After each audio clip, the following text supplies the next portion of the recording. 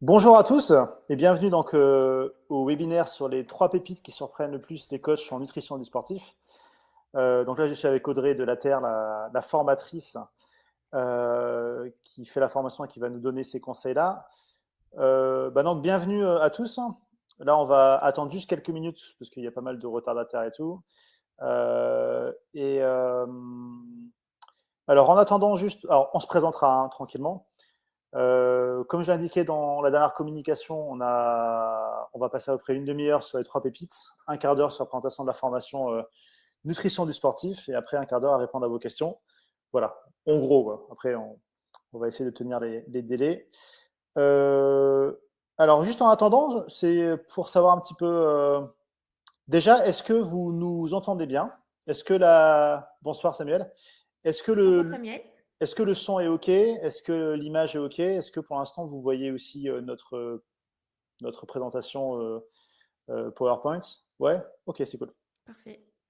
Je n'ai pas d'image, Ah, je n'ai Samuel. pas d'image. Ouais, je sais pas trop parce que. Est-ce que les autres ont une image? Ça va? Que si t'es le seul à pas avoir d'image, il y a peut-être un truc que tu Ouais. as. Se déconnecter, se reconnecter peut-être? Ouais, peut-être se déconnecter, se reconnecter. Parce que là, on a les micros pro, on a des bonnes caméras, on a les, de mon côté, j'ai l'image. Ouais. Donc Samuel, Ouais. à la limite, déconnecte-toi et reconnecte-toi parce que Mm, mm. si t'as pas d'image, c'est un peu étonnant quand même. Ouais, je sais pas trop quoi te dire. Ouais. Donc, bonsoir à tous qui sont là. Alors, ce qu'on peut juste faire au début, c'est un petit peu pour savoir un petit peu, en savoir un peu plus sur vous. Je vous fais un tout petit sondage pour savoir en fait, en gros, si vous êtes, si vous avez déjà, si vous êtes déjà entré en formation BPGEPS, CQP, si vous êtes en cours de formation actuellement, ou si vous êtes déjà diplômé. Voilà, vous aurez les résultats après. Voilà, donc je vous partage un petit peu le truc. Comme ça permet Bonsoir de Marie. vous savoir un petit peu. Voilà. Normalement, vous avez le sondage qui doit apparaître. Vous le voyez là, c'est bon. Donc je vous laisse quelques minutes pour répondre. C'est bon, Audrey, tu vois les résultats Ah aussi? ouais, ouais, c'est Ok, d'accord. super. Ouais, c'est nickel. Bon, pour l'instant, vous êtes que 6 à avoir répondu. Euh, mais en gros, il y a un petit peu de tout là. Bon, pour l'instant, pour ceux qui ont répondu, il y en a qui ne sont pas encore en formation, il y en a qui sont en cours de formation, il y en a qui sont déjà diplômés. Donc, il y a un petit peu de tout pour l'instant, même si. Euh, ok, ça marche. Bon, on vous laisse répondre tranquillement. Et de toute façon, on va commencer à peu près maximum à 5, donc dans un peu moins de 2 minutes. Voilà, donc là, je vois qu'il y en a qui continuent à rentrer, c'est bien. Pour ceux qui rentrent, bonjour, hein, bienvenue au webinaire sur les 3 pépites qui surprennent le plus les coachs en nutrition du sportif. Il y a un petit sondage qui s'est mis normalement sur votre écran. Si vous voulez répondre, comme ça on en sait un peu plus sur vous, c'est assez cool. Voilà, donc en gros, vous êtes vraiment assez bien répartis entre pas encore diplômés, en cours de formation et déjà diplômés. Euh, ok. Alors, donc vous aurez le replay automatiquement, normalement demain. Vous pourrez le consulter tranquillement parce on va aller assez vite, mais quand même assez en détail. Donc, ok. Bon, bah, c'est cool. Je regarde juste le chat. Sabrina, je suis inscrite en prépa BPGEPS AF. Ok. Donc, toi, tu es en prépa aussi. Ok. Bah, écoutez, il est quoi? Il est 4. Euh, on va commencer donc dans moins d'une minute. On va commencer dans moins d'une minute. On laisse juste les personnes arriver. Hop, remarque, j'en profite, tiens, j'ai un deuxième sondage. Deuxième sondage, c'est en gros pour savoir si vous avez déjà suivi une formation en nutrition ou pas. Voilà, comme ça on voit si vous êtes entièrement débutant ou si vous avez quand même des notions. Euh, ok. Donc, en tout cas, c'est cool, vous êtes réactif, c'est sympa. Mm. Donc, tu vois, Audrey, les Ouais, réponses. Hein. ouais. Voilà. J'aurais été curieuse de savoir lesquelles. Bah, ça Euh, donne une idée un petit peu du niveau, ça donne une idée ouais, sur voilà, le type c'est ça. d'organisme. Donc là, il y a un peu plus de gens qui ont répondu. En gros, donc 50% des gens ne sont pas encore en formation BPGEPS ou CQP. 20% sont en cours de formation et 30% sont déjà diplômés. Et après, au niveau des formations, 70% n'ont jamais suivi de formation en nutrition et 30% ont déjà suivi une formation. Ok. Tiens, pour ceux qui ont déjà suivi une formation en nutrition, est-ce que vous pouvez nous dire juste la durée de la formation, le nombre d'heures, ou sinon, ouais, par exemple, si c'était un truc sur un week-end ou si c'était, voilà, juste soit le nom de la formation, soit la durée, soit le nombre d'heures, juste qu'on a un peu de. Donc Samuel, tu vois, il a répondu. Ah, attends, j'ai pas été. Il faut que j'aille voir sur chat. Coach, ouais, ouais. Coach en Alors, nutrition et coach diététique. nutrition et diététique. 5 mois. Ah bah, Ouais, c'est déjà mieux. coach en nutrition et diététique et sportive. Ah oui, je pense savoir qui. Ok, ça marche. Bon, bah, du coup, on va commencer là. Il est 6, donc on va commencer. Alors, aujourd'hui, comment ça va se passer? Donc, on va avoir 3 parties, à peu près la moitié sur les 3 pépites. Après un quart d'heure sur la présentation de la formation nutrition du sportif. Et après, on va répondre à vos questions. Alors, qui sommes-nous? Bon, rapidement, hein. Donc, moi, j'appelle Frédéric Balusso. Je suis personal trainer, coach CrossFit et Pilates. J'ai été jury du BPGEPS AF quelques années. Et là, je suis fondateur du blog Réussir son BPGEPS qui a été créé en 2014. Et je laisse la parole à Audrey pour se présenter. Alors, je suis cuisinière. En regardant la photo. Alors, Audrey Delaterre, diététicienne du sport. Donc, à la base, je suis diététicienne tout court, hein. Et après, je me suis spécialisée dans la diététique du sportif à Paris Descartes, pour ceux qui connaissent, diplôme universitaire. Et à la base, bah, voilà, j'ai commencé par des études de naturopathie, pour ceux qui savent ce que c'est. Donc, c'est tout ce qui a trait aux médecines naturelles. Donc, quand est-ce que j'ai commencé? Bah, j'avais 21 ans, j'en ai 42 aujourd'hui.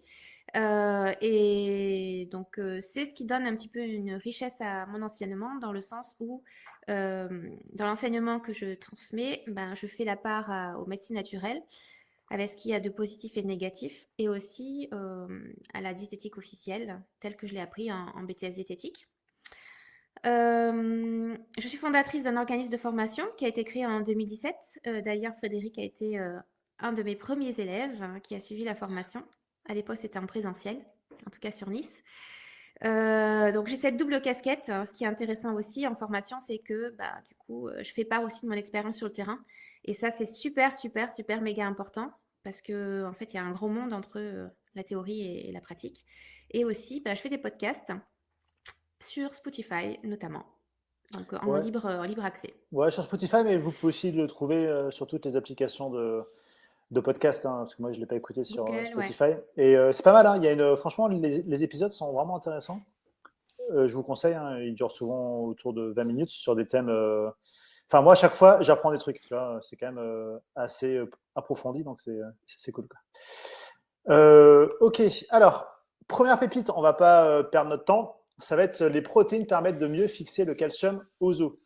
Alors, on va commencer par une petite histoire, parce qu'en fait, c'est vraiment. Alors, désolé pour ceux qui l'ont déjà entendu, hein, parce que c'est pas la première fois que je la dis, mais en fait, il se trouvait que à l'époque où j'ai suivi la formation, donc c'était en 2017, c'est ça, hein? Ouais. Ouais. Bah, en fait, ma mère souffrait de problèmes d'articulation au niveau des genoux, notamment. Et en fait, le problème, c'est que bien qu'elle ait un apport de calcium, enfin, qu'elle avait un apport de calcium adéquat par rapport à ses prises de sang et tout, elle n'arrivait pas à fixer le calcium. Voilà. Et en fait, bah, les médecins lui avaient dit, bah, vous n'arrivez pas à fixer les calciums. Désolé, quoi, en gros, tu vois, voilà. Et, euh, il lui avait filé aussi des médicaments, mais qui avaient pas mal d'effets secondaires. Et bref, elle avait mal au genou, quoi, en gros, tout le temps, quoi. Et moi, il se trouvait qu'à un moment donné, ben, je suis la formation d'Audrey. Et puis, on arrive au point qu'on va aborder là juste après, qui est en gros que les protéines permettent de mieux fixer le calcium aux os.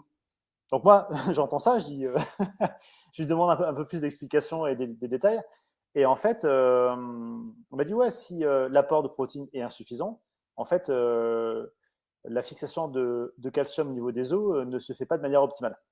Euh, et du coup, qu'est-ce que j'ai fait en fait Je suis allé voir ma mère. Je lui ai fait télécharger une application là. Bon, c'était MyFitnessPal.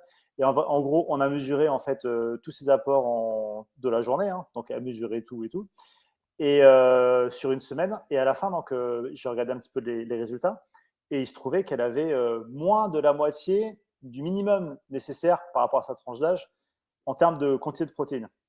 Notamment, comme beaucoup de Français, elle ne prenait pas de protéines le matin. Hein, c'était un petit déj que sucré. Et donc, sachant ça, j'ai dit, écoute, si tu veux, on essaie. Dans tous les cas, ça ne fera pas de mal d'avoir un apport protéique correct, en fait, qui correspond, on va dire, aux normes au moins minimales. Et donc, on a parlementé un peu pour savoir comment on pouvait faire. Donc, j'ai réussi à lui faire manger un œuf et après 2 œufs le matin. Elle a revu un peu ses proportions de protéines au déjeuner et au dîner.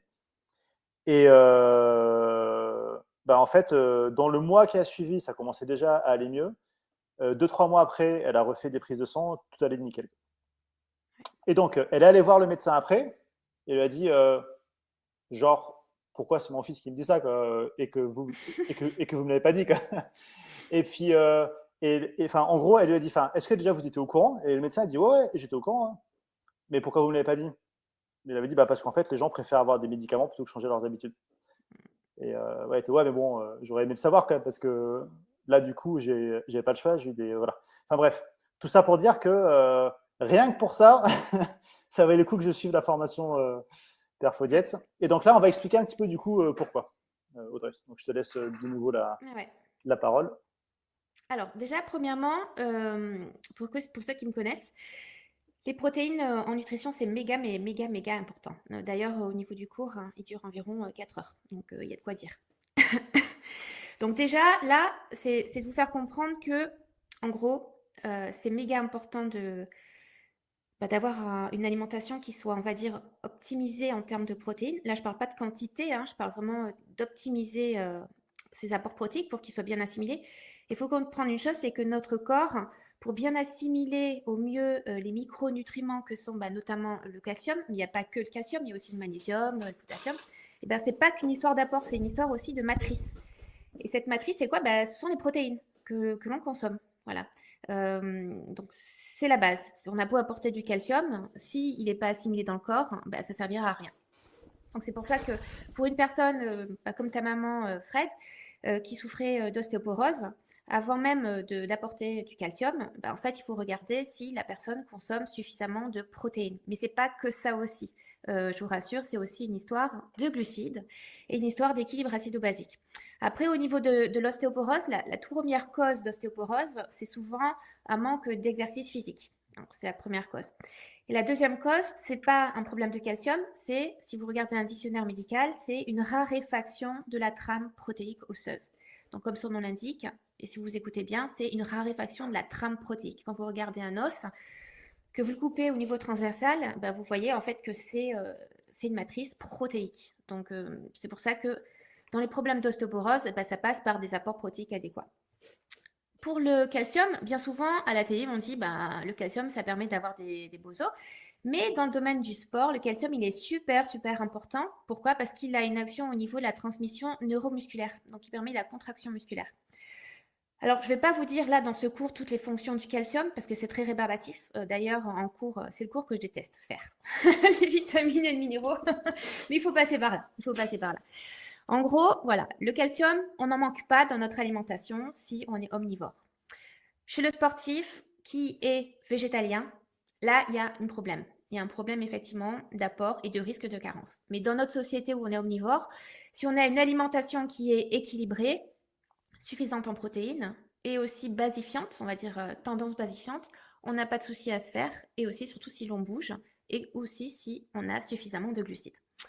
Donc voilà au niveau des fonctions du calcium, je ne vais pas rentrer dans les détails. Ce que je vais vous laisser faire comprendre en tout cas, c'est que pour avoir une bonne, en tout cas une bonne minéralisation au niveau des os, au niveau des muscles, c'est pas le fait d'apporter des minéraux qui va l'emporter, c'est surtout au niveau de la matrice que vous allez constituer au travers de votre alimentation. Donc du coup, Frédéric, du coup, tu peux passer à la prochaine slide qui est super importante. Voilà, alors déjà, où trouver le calcium? Le calcium, quand on le voit à la télévision, souvent, on parle des laitages. Donc, il faut aussi voir que les laitages, il y a une source de calcium, mais elle n'est pas non plus très, très importante, hein. Au niveau des besoins, on va dire, alors, chez un sportif, normalement, ça serait entre 800 et 1000 milligrammes, voire plus par jour. Moi, je suis un petit peu d'avis que ce soit un petit peu moins, dans la mesure où on est omnivore. Le tout, c'est de pas descendre en dessous de 400 milligrammes par jour, au niveau des besoins. Là, c'est pas écrit sur la slide. Je vous donne un exemple. Dans un yaourt, il y a 125 milligrammes de calcium. Après, il faut savoir que c'est les fromages à pâte dure ou qui en contiennent le plus. Le fromage le plus riche en calcium, c'est le parmesan. Et vous prenez 100 grammes de parmesan, vous avez 1200 mg de calcium. Voilà. Après, vous avez d'autres aliments et on pense pas souvent, c'est au poisson gras. Le saumon, le thon, le maquereau. Donc, excellente source. Et aussi les coquillages. Au niveau végétal, on a les algues. Là aussi, c'est une source qui est très intéressante, les algues marines. Alors, attention aux algues, c'est en petite quantité, comme les Japonais le font, c'est-à-dire sous forme de condiments qu'on met sur les salades. Pourquoi pas beaucoup? Parce qu'il y a de l'iode dans les algues. Et l'iode, si on en prend de trop, c'est toxique. Il ne faudrait pas dépasser 150 microgrammes par jour. Donc, c'est pour ça que c'est vraiment un condiment pour avoir une petite touche de micronutriments, d'oligo-éléments. Mais en tout cas, vous avez une source d'algues, une source de calcium dans les algues. Après, vous avez les amandes et on va dire le sésame aussi fait partie. C'est pour ça que je vous ai mis trois petits croix. Le sésame fait partie vraiment des aliments qui contiennent le plus de calcium. Je ne sais pas si vous connaissez le gomasio. Donc le gomasio, c'est du sésame qui a été moulu. Il y a du sel marin à la meule de perre et en termes d'assimilation, c'est vrai que c'est vraiment top le sésame. Là, je parle d'apport, hein, uniquement d'apport. Ensuite, vous avez les fruits secs, mais en gros, c'est pas que les laitages. Voilà juste l'information que j'essaie de vous transmettre.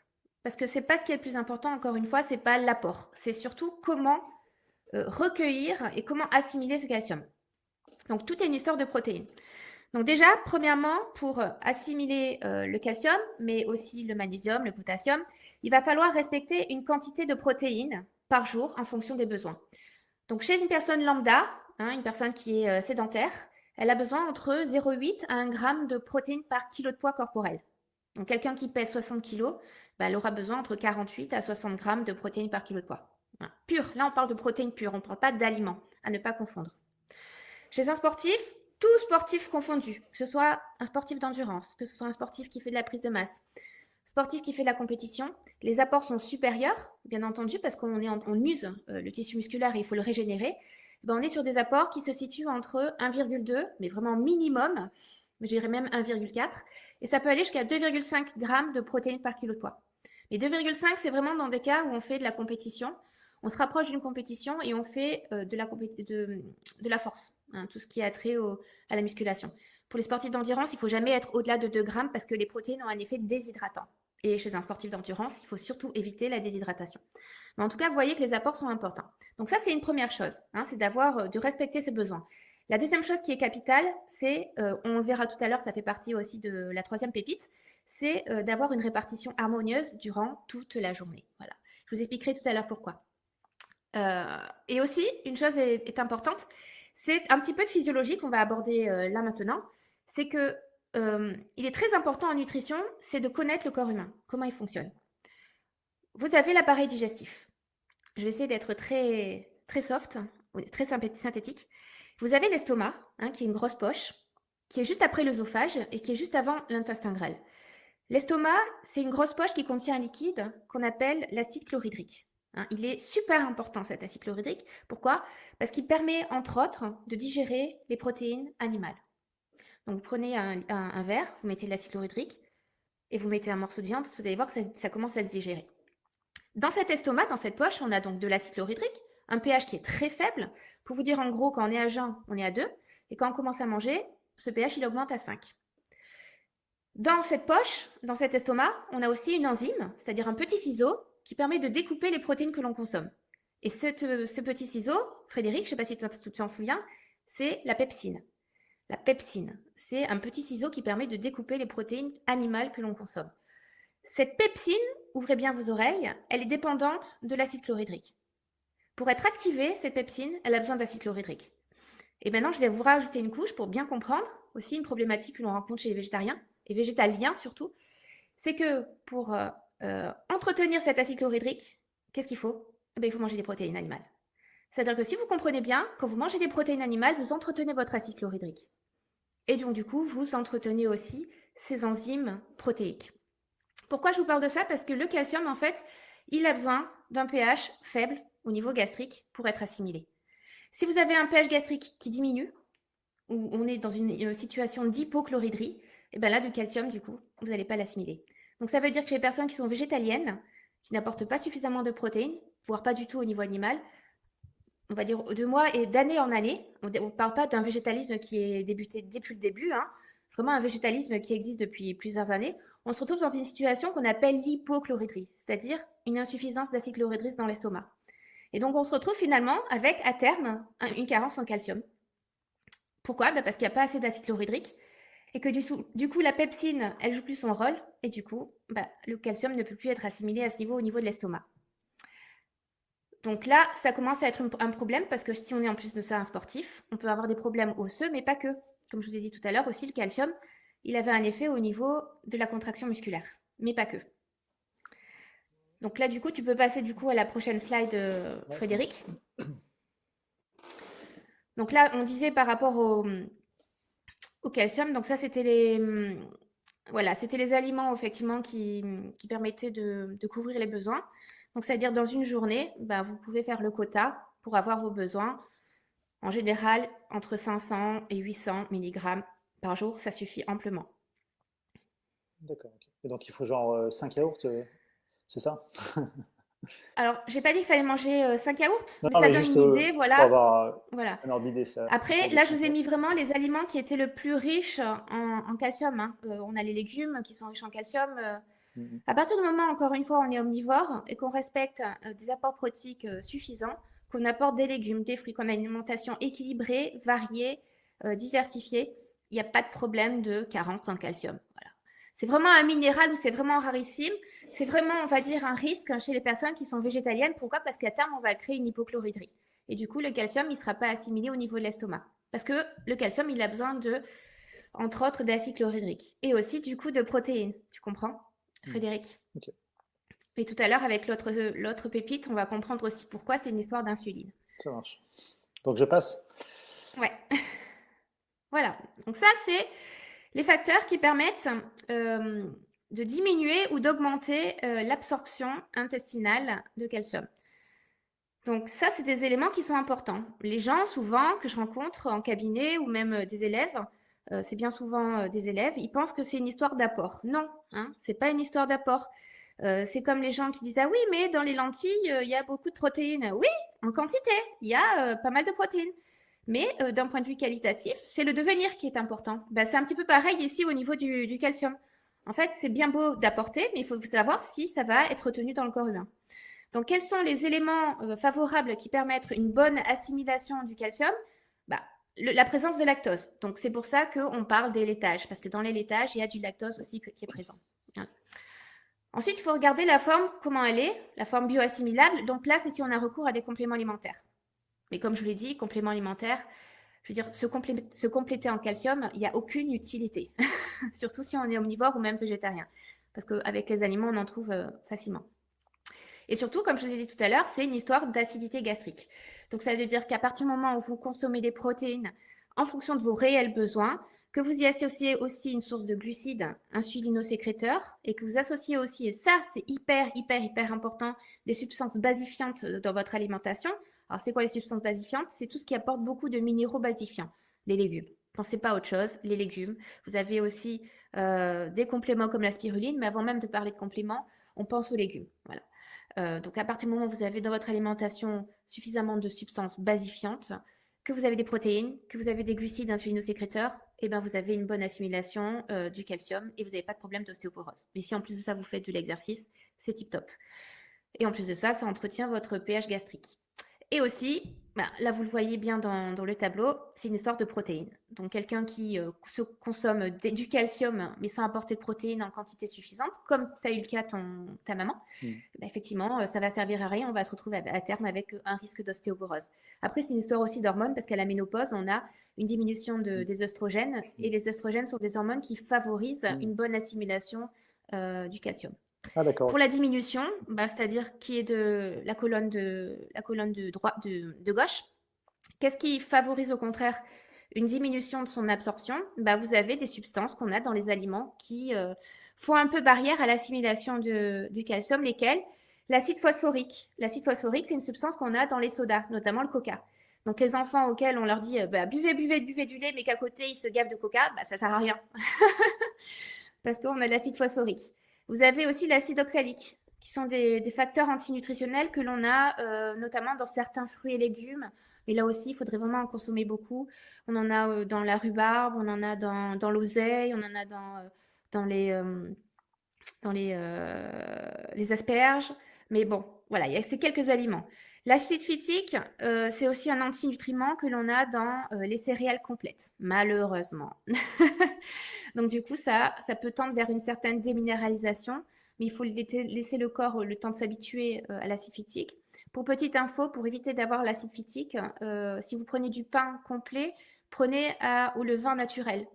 Parce que dans le levain naturel, vous avez des phytases qui sont des enzymes naturellement présentes dans le pain, qui est levé à la levure naturelle et qui va du coup neutraliser l'acide phytique.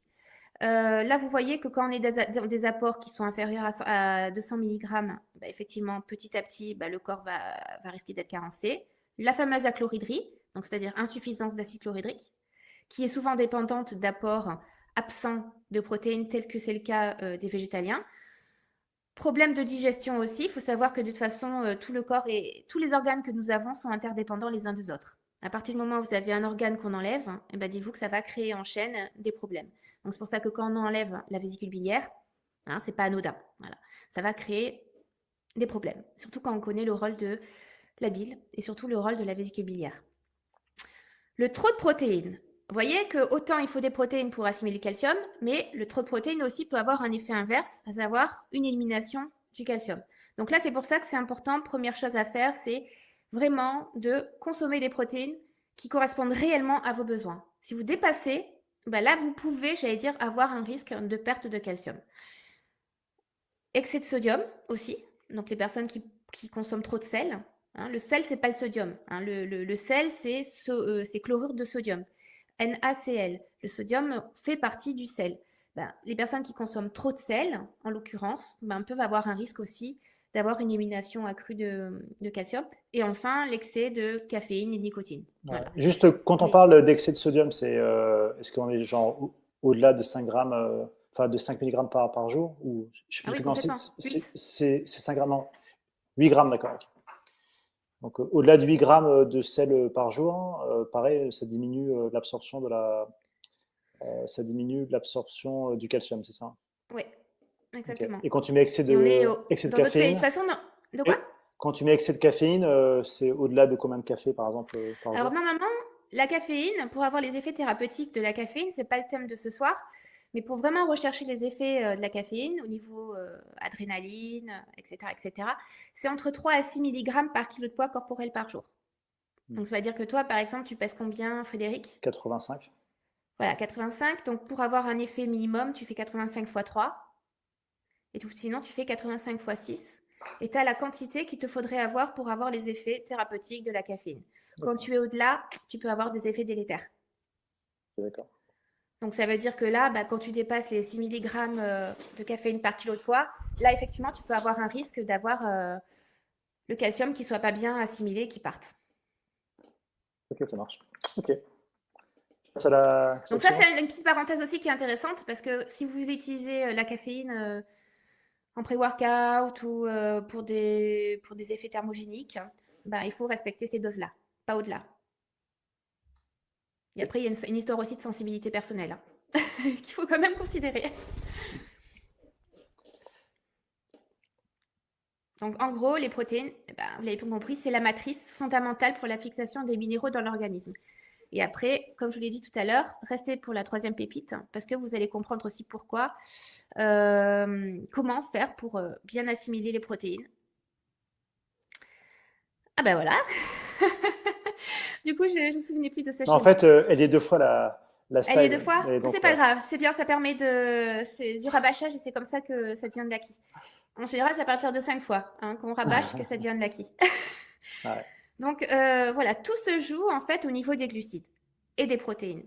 Là, vous avez un schéma.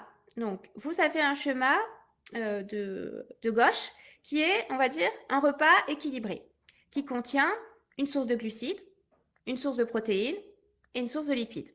Donc, c'est typiquement l'exemple du steak haché avec pommes de terre, salade verte, par exemple. Là, quand vous faites ce repas, amidon que l'on a dans la pomme de terre et protéines que l'on a dans le steak haché, eh ben, c'est ce qu'on va dire une alimentation qui est idéale. Pourquoi? Parce que grâce à l'amidon de la pomme de terre, vous allez avoir une sécrétion d'insuline. Donc là, je ne vais pas rentrer dans les détails sur le rôle de l'insuline parce que c'est vraiment très intéressant, mais ça peut être, on peut parler des heures. L'insuline, en gros, c'est une petite clé qui permet de déverrouiller toutes nos cellules, et notamment nos cellules musculaires. Donc, ça veut dire que dès que vous faites sécréter de l'insuline, grâce à un repas qui contient de l'amidon, comme les féculents, comme les pommes de terre, eh ben, la cellule va s'ouvrir et du coup, les acides gras qui proviennent des graisses, les acides aminés qui proviennent des protéines et le glucose qui provient des glucides vont pouvoir pénétrer dans la cellule. Mais il n'y a pas que ça aussi. Il y a aussi les minéraux qui vont permettre aussi de pénétrer dans la cellule, et notamment le calcium. Donc c'est pour ça que c'est hyper important l'insuline. C'est une hormone, comme on dit, anabolisante dans le bon terme. Alors elle peut être anabolisante au niveau gras, au niveau lipidique, mais elle peut être aussi anabolisante au niveau protéique, au niveau masse musculaire, et aussi au niveau protéique, masse osseuse. Alors que si on est dans l'alimentation qui est dite dissociée, que bien souvent, dans les médecines naturelles, comme la naturopathie, comme je l'ai appris il y a longtemps, c'est ce qu'ils prônent tous. Donc là, je ne vais pas me faire des amis. Mais en tout cas, l'alimentation dissociée, ça consiste à, comme dans le film de Paris, on ne mélange pas les protéines des glucides. Voilà. C'est-à-dire que là, on fait le schéma inverse. C'est-à-dire qu'on va manger le steak haché, mais on ne va pas y associer une source d'amidon. C'est-à-dire qu'on ne va pas y associer une source de pommes de terre. On va mettre que des légumes verts, par exemple. Aucune source d'amidon, pas de pain, pas de riz, pas de féculents, pas de petite madeleine à la fin du repas. C'est uniquement protéines et légumes. Et ben, en faisant ce schéma qu'on va répéter au quotidien, tous les jours, pendant des semaines, pendant des mois, et ben, on va avoir en fait un effet inverse. Nos cellules, toutes nos cellules corporelles, y compris nos cellules musculaires, elles vont se verrouiller et on va avoir du coup une inversion des hormones. On va plutôt avoir une sécrétion de glucagon et une sécrétion minoritaire d'insuline. Et le glucagon, en fait, c'est l'inverse de l'insuline. C'est une hormone qui est catabolique. Donc, certes, on va peut-être mobiliser du gras, mais on va avoir une perte de la masse musculaire et aussi une perte de la masse protéique osseuse. Et donc, une certaine déminéralisation. Donc, vous voyez que ce qui est important, ce n'est pas que le calcium, c'est aussi et surtout l'association au cours du repas de protéines en quantité suffisante, en fonction des besoins, et aussi de l'apport de glucides qui sont insulinosécréteurs. Et si en plus de ça, on veut rajouter une pépite de plus, c'est de rajouter des légumes pour avoir un effet basifiant et pour éviter d'être en acidose. Voilà. Et il y a un super complément alimentaire, tu te souviens que je t'en avais parlé, depuis très longtemps j'en parle, qui existe depuis très longtemps, c'est le POP. C'est pas l'OPO, c'est le POP, la poudre d'huître sauvage du Portugal. Voilà, c'est de l'huître, donc c'est pas la coquille, c'est le mollusque qu'on a mis en poudre et ça s'achète. Donc vous avez soit POP, soit la cure marine du laboratoire Nutrilis. Je ne fais pas de code promo, je parle juste vraiment tranquillou des labos que j'estime. Et on a de l'huître excellent pour l'ostéoporose, aussi en association avec un rééquilibrage alimentaire. En tout cas, là, vous comprenez bien que ce n'est pas qu'une histoire d'apporter du calcium, c'est une histoire de protéines, c'est une histoire de glucides, c'est une histoire d'équilibre acido-basique. Ok. Ouais, donc là, si on récapitule un peu la première pépite, s'il y a un manque de calcium, ça peut être dû à un manque de protéines, voire un excès de protéines, dans certains cas, Ouais. peut-être le plus rare. Mais également, le fait d'avoir un régime dissocié, du coup, ça peut bloquer le rôle de la protéine. Voilà, notamment, ça peut bloquer le rôle de la protéine, notamment parce qu'en fait, ça stimule le glucagon, qui est une hormone catabolique. antagoniste à l'insuline et qui est catabolique. Okay. Ouais. Bon, ça fait déjà plusieurs pépites en une. On va peut-être passer on a encore la première. Là, tu en as déjà parlé un petit peu, non? Juste peut-être Bah oui, c'est ce que je viens de dire. Ah oui, il y les a le deux carré de derniers. la santé aussi. Grosso modo, le carré de la santé, c'est capital, hein, parce que c'est bien beau l'assiette, hein, de savoir comment on mange, mais ce qu'on oublie très souvent, c'est l'environnement. Donc, c'est-à-dire qu'en gros, et ça, je n'invente pas, c'est mon professeur de longue date qui est décédé, hein, Monsieur Robert Masson, qui n'était pas un diététicien mais un naturopathe. Et pourtant, il a été terre à terre, hein. C'était le seul, je crois, en France qui proposait, qui disait que c'était hyper important de manger des protéines animales. Alors que moi, j'avais appris qu'il fallait surtout pas manger des protéines animales parce que c'était caca, qu'on se décomposait, qu'on avait le cancer du côlon. Non, je vous rassure, il n'y a pas de cancer du côlon. Mais en tout cas, selon lui, le respect du carré de la santé, c'est une alimentation qui soit la plus équilibrée possible en fonction des besoins, de la génétique, de l'environnement, du climat, des objectifs particuliers, perte de poids, prise de masse, de l'activité sportive. Ensuite, au-delà de l'aspect alimentaire, il y a le côté exercice. Il faut bouger, on est fait pour bouger, mais il ne faut pas en faire non plus de façon excessive, comme c'est bien souvent le cas actuellement, hein. Si tu regardes un peu les réseaux sociaux, maintenant il faut se défoncer, il faut plus tu transpires et mieux c'est. Moi je ne suis pas trop pour, au contraire on crée un vieillissement cellulaire prématuré et on peut aller dans l'usure, hein. De toute façon, comme on le retrouve chez les sportifs pros, il y a une usure qui se fait, hein. Il y a plus de cellules qui se détruisent que de cellules qui se régénèrent. Donc du coup c'est bien le sport, mais à une certaine mesure et en fonction aussi de la génétique, hein. On n'est pas tous égaux. Troisième pilier, donc troisième pied de chaise, parce que je pense à un peu une chaise. Il suffit que tu aies un pied qui tombe Ouais. ou qui manque, bah, tu as toute la chaise qui tombe, tu vois. Donc le troisième pied de la chaise, c'est la sérénité d'esprit. Donc ça, c'est hyper, hyper, hyper important. Donc la positive attitude. Et le quatrième pied, c'est le repos. Alors le repos, c'est le repos physiologique. Donc c'est apprendre à pas grignoter tout au long de la journée. C'est pas le thème de ce soir. Il y a beaucoup de choses à dire à ce niveau. C'est le repos, le fait de bien dormir suffisamment tôt le soir pour se régénérer, parce que durant la nuit, ben, on se régénère. Et aussi, c'est le repos des micro-siestes, par exemple, et repos physiologique, comme on peut le faire dans certaines techniques alimentaires, c'est-à-dire de faire des monodiètes. Mais c'est pas pour perdre du poids, c'est pour juste mettre ses fonctions physiologiques au repos. Ou comme par exemple le jeûne intermittent, qui peut être utilisé à bon escient. Ok. Donc juste petite parenthèse, le carré de la santé, si vous voulez en savoir un peu plus, ça fait partie des thèmes que Audrey aborde dans son podcast Perfodiète. Mm. Elle a fait un podcast dessus. Ok, on va passer à la deuxième pépite, parce que là, il est Ouais. déjà à 35 là. Alors, l'effet thermogénique des aliments sur la consommation de calories. Ça, c'est hyper intéressant, donc je te laisse introduire Ouais. le sujet. Alors en fait, je vous fais part de ça parce que en consultation, bah, les gens en fait, ils savent pas. Ils savent vraiment pas. Parce que souvent, bah, ils viennent me voir à 90% pour la perte de poids. Et souvent, bah, ils me disent, voilà, qu'est-ce qu'il faut faire au niveau de l'alimentation. Donc, ils pensent que c'est qu'une histoire d'alimentation. Non, euh, en fait, c'est aussi une histoire de dépense, la perte de poids. Souvent. Pour perdre du poids, bah, il faut créer un déficit calorique. Donc, pourquoi je vous parle de ça? C'est parce qu'en fait, ce qui est des fois intéressant de faire chez des clients, chez des patients, c'est d'utiliser en fait ce qu'on appelle la thermogénèse alimentaire. Ça consiste en quoi la thermogénèse alimentaire? Ben, c'est de comprendre qu'on peut booster son métabolisme par l'intermédiaire des aliments. C'est-à-dire de booster ses dépenses énergétiques par l'intermédiaire de certains aliments. Donc, c'est-à-dire, en gros, je vais vous faire très court. Donc, ce que je donne très souvent en consultation et en formation. Donc, vous prenez une assiette de pâtes, vous prenez une assiette de poulet ou de bœuf, de boulettes de bœuf, peu importe. À calories égales, ben, dans le corps, ça ne va pas avoir le même effet.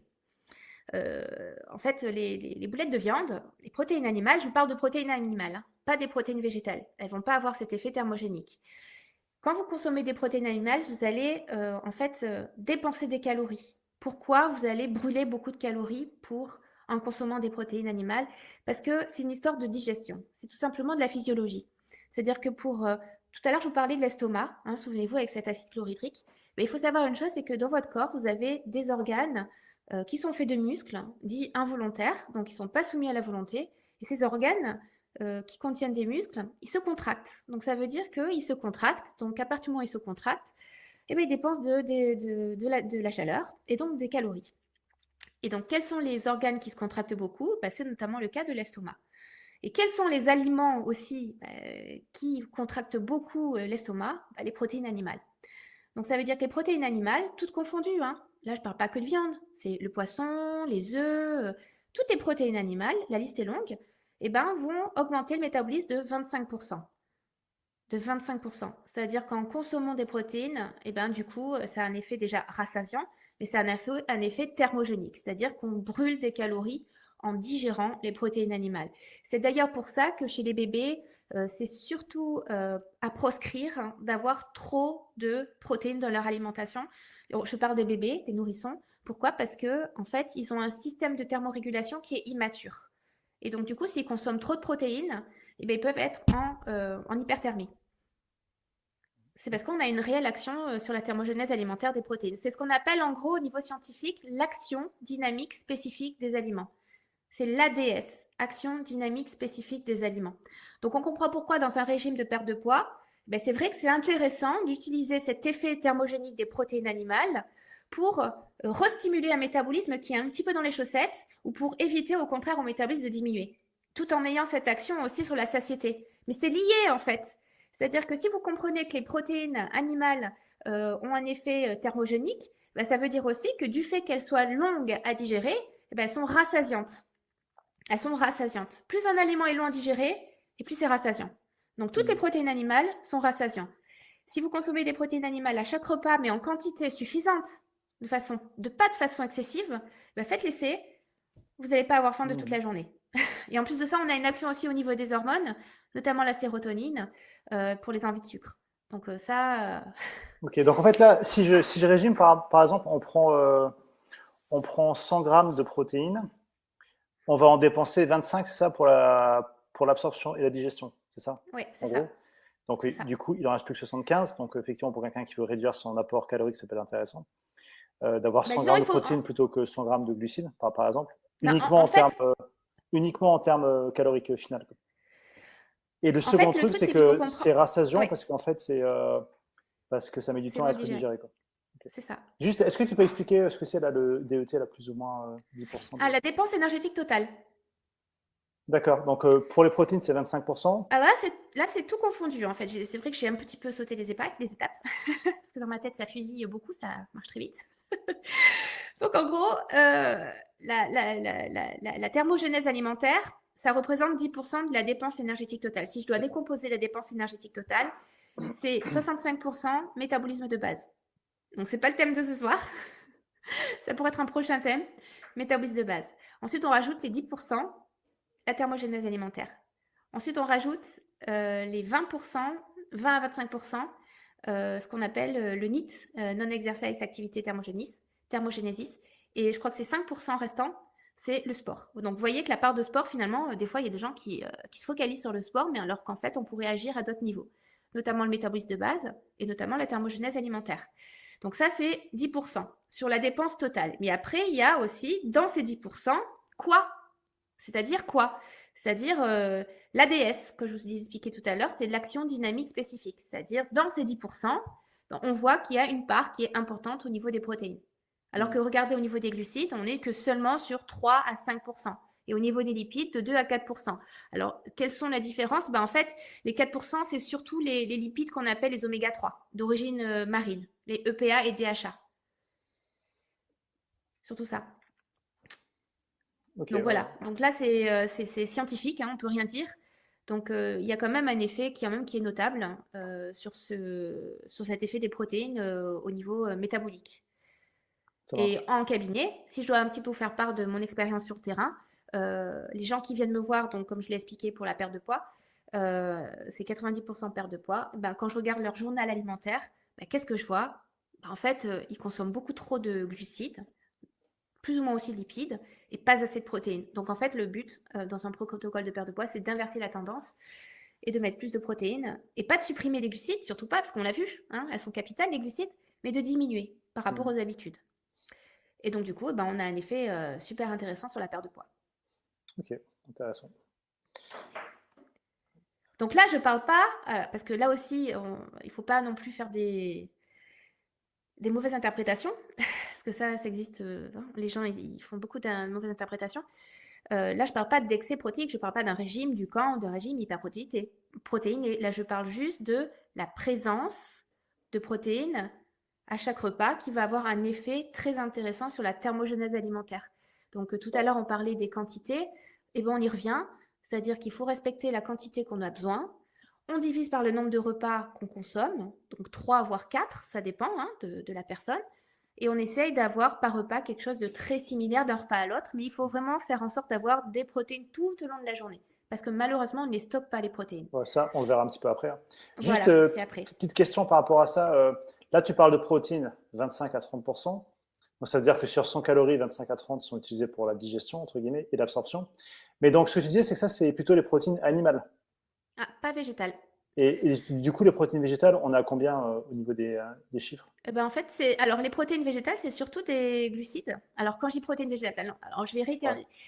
On a dans certains aliments des protéines végétales. Donc c'est-à-dire que les gens souvent ils classent les protéines végétales dans ils classent dans les protéines végétales les légumineuses. Les légumineuses, notamment les céréales complètes et les graines oléagineuses. Je vous disais parce que j'ai été végétarienne pendant 5 ans, donc je sais de quoi je parle. J'ai pratiqué ça, mais donc ces aliments-là, les légumineuses, les céréales complètes et les graines oléagineuses, on les classe pas dans les protéines, hein. Lisez tout simplement un livre de composition des aliments et vous allez voir que les céréales, bah, il y a surtout des glucides avant d'avoir des protéines. Quand vous regardez les graines oléagineuses, la plupart, bah, il y a surtout des lipides avant d'avoir des protéines.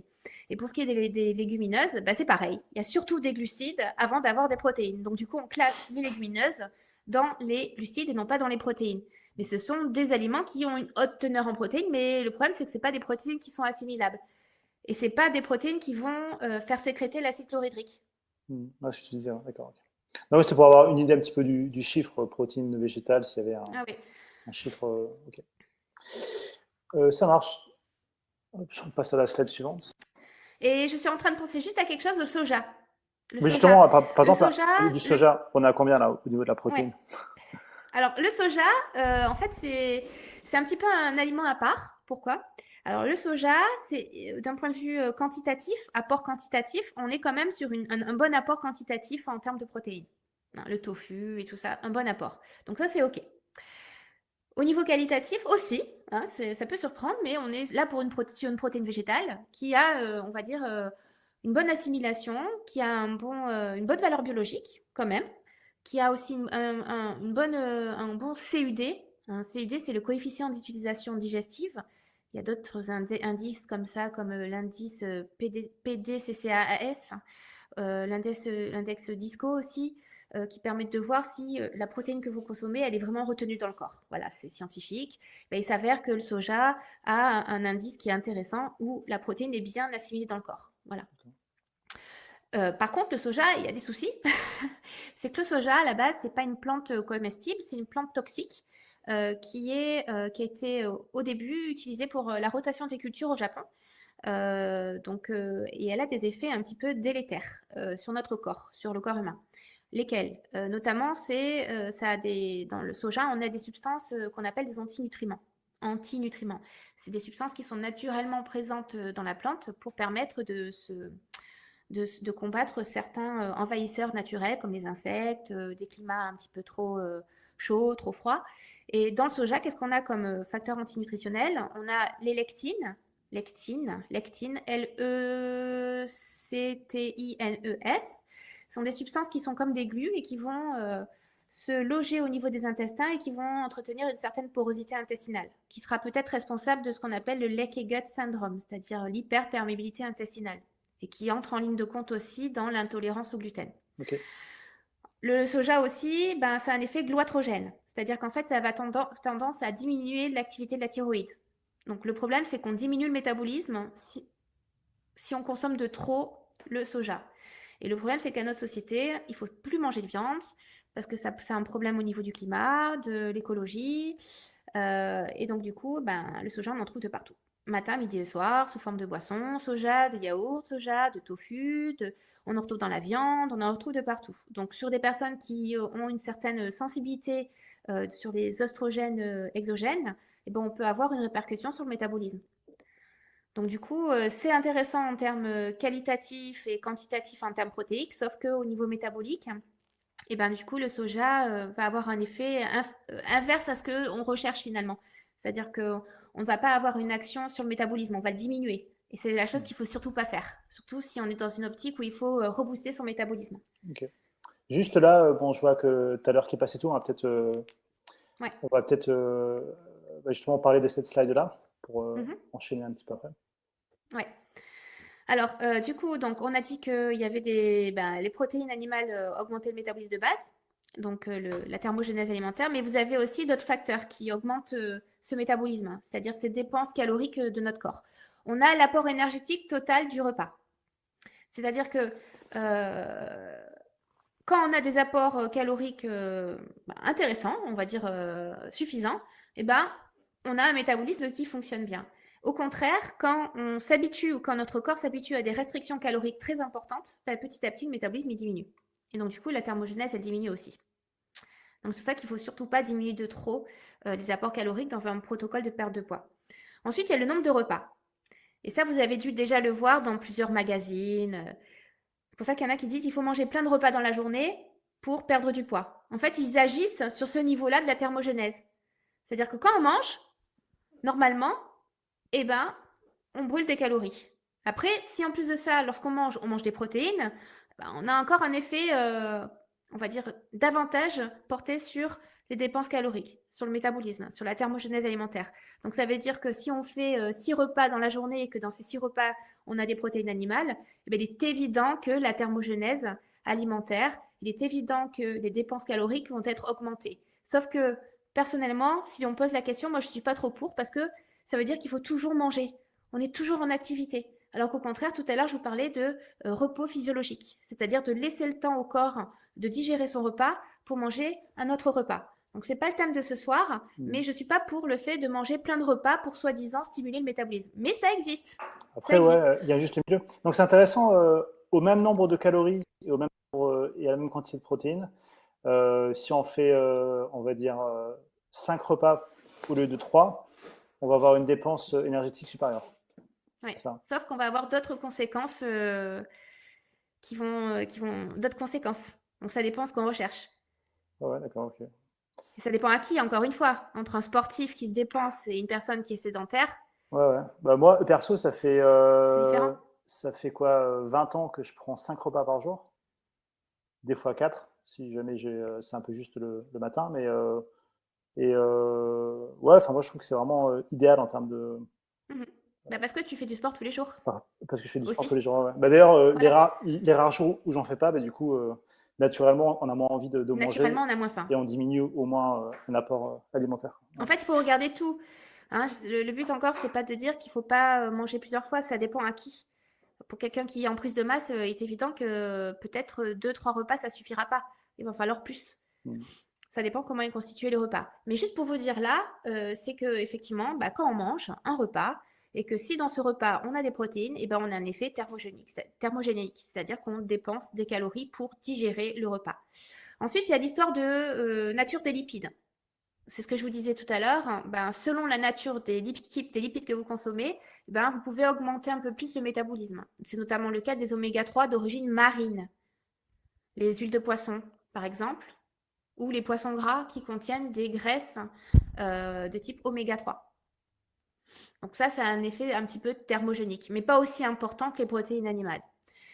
Ensuite, on a des substances thermogéniques. C'est ce qu'on retrouve dans les pré-workouts. C'est ce qu'on retrouve aussi dans les brûleurs de graisse. Lesquels? Caféine, notamment. On a guarana, on a piment de Cayenne.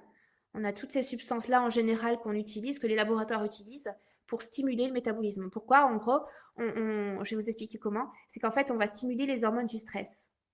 C'est-à-dire que la caféine, le guarana, vous avez aussi le maté, en fait, ils vont stimuler artificiellement les hormones du stress, à savoir l'adrénaline, la noradrénaline et aussi le cortisol. Donc c'est pour ça aussi que on a un effet sur la thermogénèse parce que l'adrénaline, en fait, elle fait le cœur, elle le fait battre plus vite. L'adrénaline, elle a une action sur la vigilance, donc on a du coup les pupilles qui s'ouvrent, donc on est en mydriase, on a une bronchodilatation, on a une force aussi qui est décuplée parce que l'adrénaline, il suffit qu'il y ait quelqu'un qui veut vous tuer, vous allez voir que vous allez avoir de la force. Ça, c'est grâce à l'adrénaline. Et on recherche ça chez le sportif. et aussi dans un protocole de perte de poids. Et on a aussi cet effet thermogénique par rapport aux hormones du stress qui sont stimulées. Donc, petite parenthèse, Voilà. quelqu'un qui est par nature assez stressé Ouais. dans sa vie, c'est pas forcément une bonne idée Il va brûler. c'est pas forcément une bonne idée qu'il prenne des substances Ah, surtout pas. Au thermogéniques. contraire, il va falloir l'apaiser et plutôt stimuler le système nerveux parasympathique. C'est le système nerveux, au contraire, qui est antagoniste et qui calme, qui apaise. Para comme parachute. En faisant du yoga, au contraire. Parce que quelqu'un, comme tu viens de dire, qui est très stéréotypé, anxieux, souvent, c'est des gens qui ont du mal à prendre aussi du volume musculaire, notamment. Donc, au contraire, il faudra éviter d'avoir recours à des compléments qui contiennent de la caféine, du guarana, piment de cayenne, du maté ou d'autres. Parce que du coup, on va avoir un effet qui va, du coup, on a un double effet. Ok, ça marche. Et lors du repas, donc Au contraire, il faudra peut-être se tourner vers, vers le fait de fumer du joint. Après, je ne dis pas qu'il faut faire, mais il faut apaiser. Yoga. C'est la fin de la soirée, Frédéric. Des conneries. Ouais. Ok, ça marche pas. On enchaîne donc, alors, l'heure du repas, Ouais. puis comme ça, on passe à la Alors, l'heure du suivante. repas aussi a une influence. C'est par rapport à la chronobiologie. Donc, en gros, l'heure où on brûle le plus de calories, c'est le matin entre 6h et 8h. Pourquoi le matin entre 6h et 8h? C'est pour ça aussi qu'en général, on dit il faut manger des protéines, des lipides. On peut se permettre un petit peu plus de choses le matin.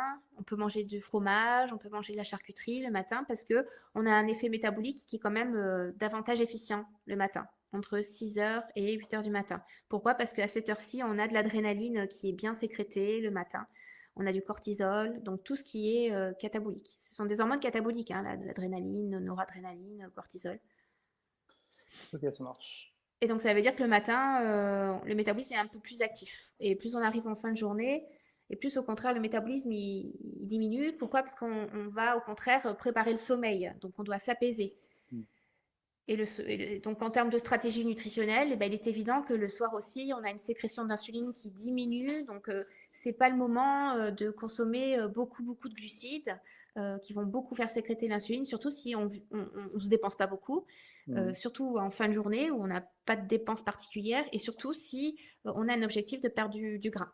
Donc, en gros, si on mange, comment dire, si le petit déjeuner est assez riche au niveau calorique et que le dîner est un peu plus modeste au niveau calorique, on va consommer plus de calories grâce à l'effet thermogénèse que si on a un petit déjeuner faible au niveau calorique et un dîner très riche en calories, c'est ça?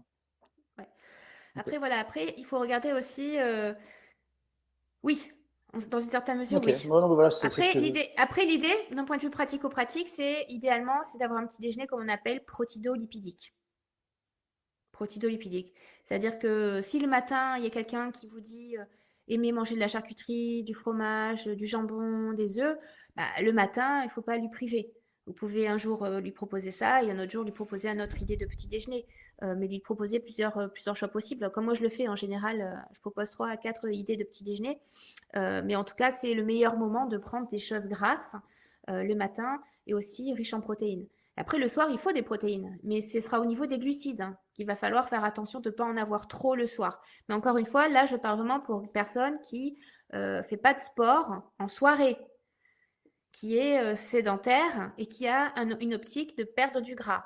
Quelqu'un qui fait du sport en soirée, au contraire, il va lui falloir avoir absolument dans le repas du soir une source de glucides parce qu'on est dans la fenêtre métabolique. ouais, Et pour refaire les stocks de glycogène et refaire les fibres musculaires qui ont été endommagées durant l'entraînement, il va falloir au repas du soir y mettre des féculents. ça marche. Juste Audrey, petite parenthèse, parce que là, on est quasiment à 1 heure là, Ouais. de trucs. Ouais, Maintenant, ouais. il vaut peut-être mieux qu'on aille assez directement à Ouais. l'essentiel au niveau des Ouais. slides. Pas de souci. De toute façon, là, on a fini sur les Bah non, pépites. il reste encore une pépite après. Ah, Ah ouais. les protéines. Bah oui, on est qu'à la deuxième pépite. Ah là, oui, donc, exact. ouais. En tout cas, la nuit, on n'est pas fait pour manger. Ok. Comme il y en a qui font. Donc là, en gros, c'est bon pour cette slide-là. Je passe à la suivante ou tu as d'autres Ouais, choses à tu peux. rajouter? Ok, ça marche. Voilà, on passe à la troisième pépite. Ah là voilà, la dernière. Donc en gros, c'est sur les protéines, hein. Ça reprend un petit peu la première pépite sur l'ostéoporose, l'assimilation des minéraux au sein du corps. Donc en gros, ce qu'il va falloir faire, c'est déjà savoir combien il vous faut de protéines par kilo de poids par jour, en fonction de vos besoins, si vous êtes sportif, si vous êtes sédentaire, quelle discipline vous faites.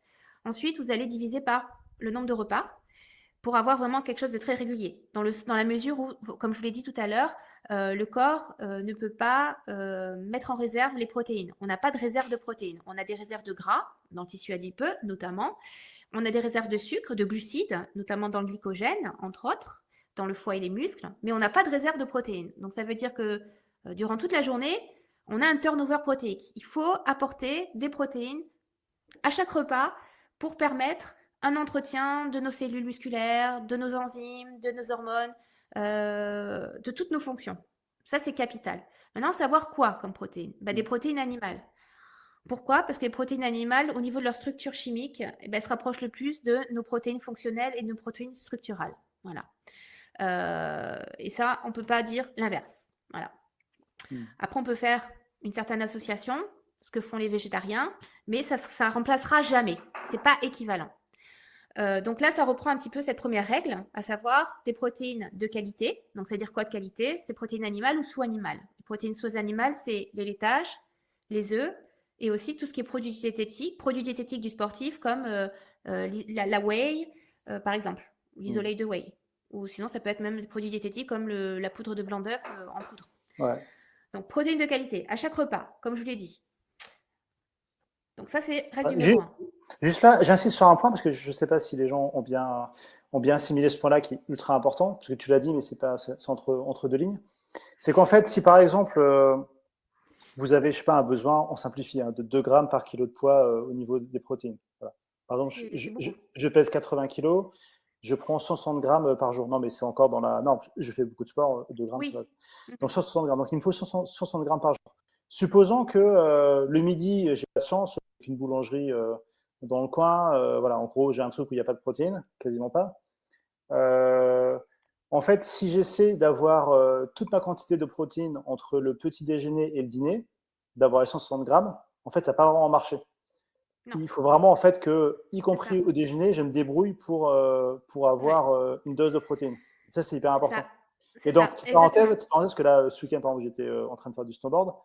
Euh, et en fait, voilà, on n'avait vraiment pas de quoi, pas vraiment de choix pour manger.